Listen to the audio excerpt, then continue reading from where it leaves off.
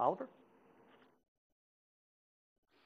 So the very latest is that the French President Emmanuel Macron has now spoken at the site of the Notre Dame. He had been visiting this area of the Notre Dame earlier on, and just before that we'd seen absolute carnage coming from inside of the building. This Gothic cathedral, which was built in the 1200s, catching flame about 5.5 hours ago, I'd say now. What happened was a truly shocking sight for the thousands of people who had lined up the sides of the River Thames, the River Seine even. They were looking on in bewilderment. They couldn't really believe what they were seeing. And when I was speaking to a lot of the people who were down there, it was a very somber atmosphere. And then a little while later, maybe an hour or two after the flames broke out, the central spire of the church collapsing into the nave of the building, this big cavernous hall, which is where the Notre Dame, where these church services take place, where there are various ceremonies that take place throughout the year.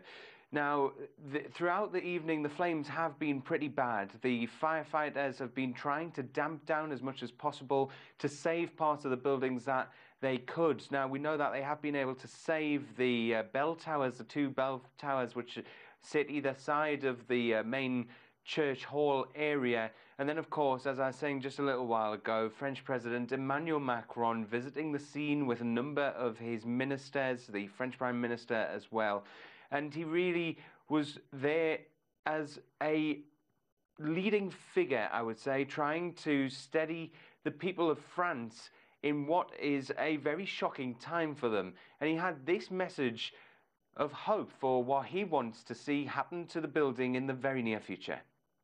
Alors je vous le dis très solennellement ce soir. I say this very solemnly to you tonight. We will rebuild this cathedral all together. It is undoubtedly part of the French destiny and a project we will have for the coming years, but I am committed to it.